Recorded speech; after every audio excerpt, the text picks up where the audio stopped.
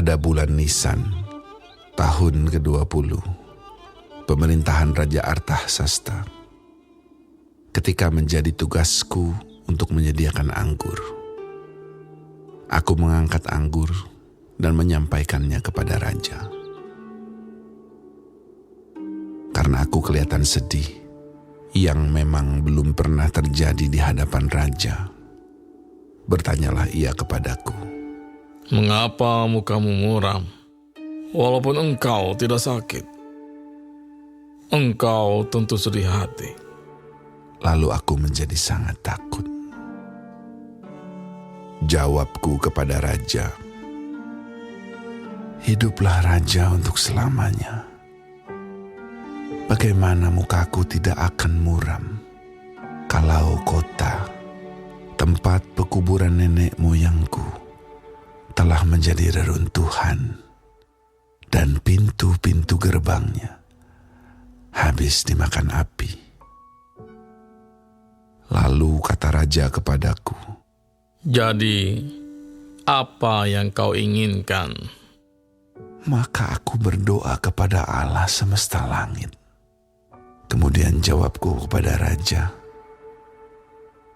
"Jika raja menganggap baik dan berkenan kepada hamba-Mu ini, utuslah aku ke Yehuda, ke kota pekuburan nenek moyangku, supaya aku membangunnya kembali."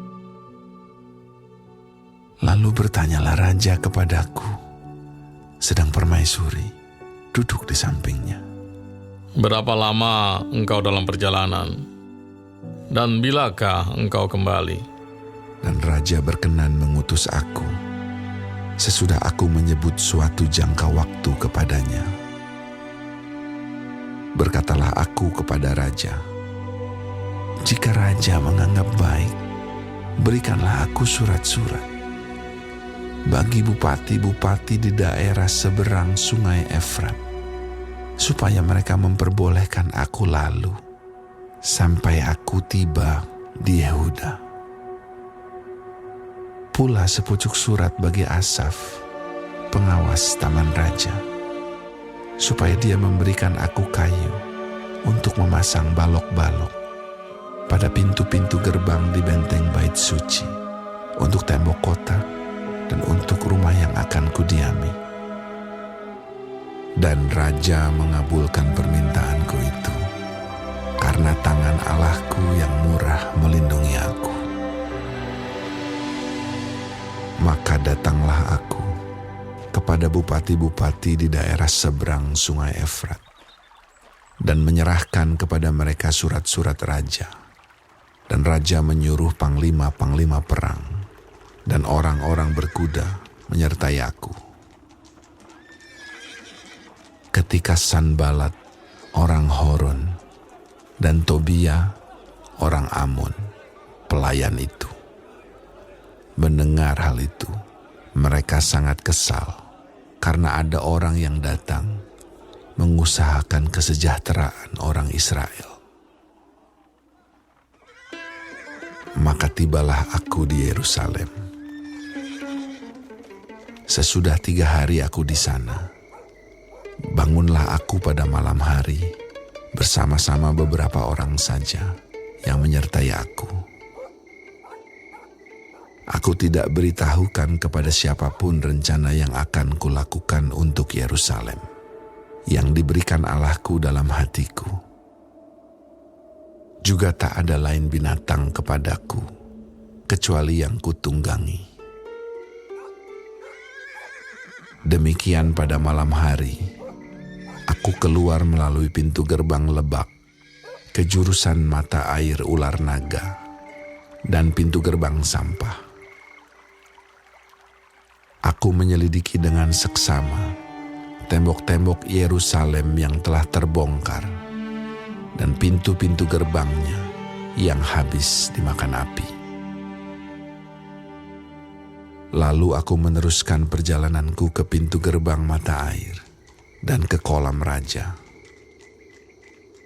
Karena binatang yang kutunggangi tidak dapat lalu di tempat itu, aku naik ke atas melalui wadi pada malam hari dan menyelidiki dengan seksama tembok itu. Kemudian aku kembali, lalu masuk melalui pintu gerbang lebak. Demikianlah aku pulang. Para penguasa tidak tahu kemana aku telah pergi dan apa yang telah kulakukan. Karena sampai kini, aku belum memberitahukan apa-apa kepada orang Yahudi, baik kepada para imam maupun kepada para pemuka, kepada para penguasa dan para petugas lainnya.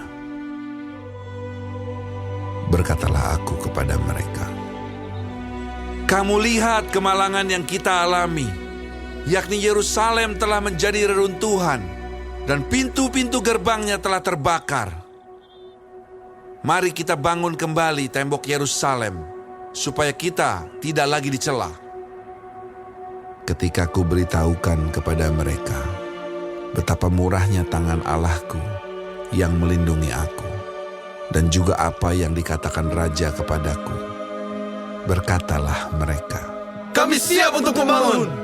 dan dengan sekuat tenaga mereka mulai melakukan pekerjaan yang baik itu.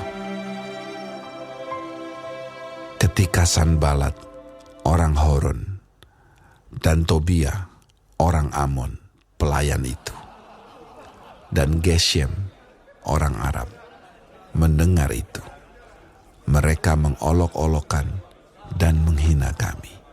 Kata mereka, Apa yang kamu lakukan itu? Apa kamu memberontak terhadap raja?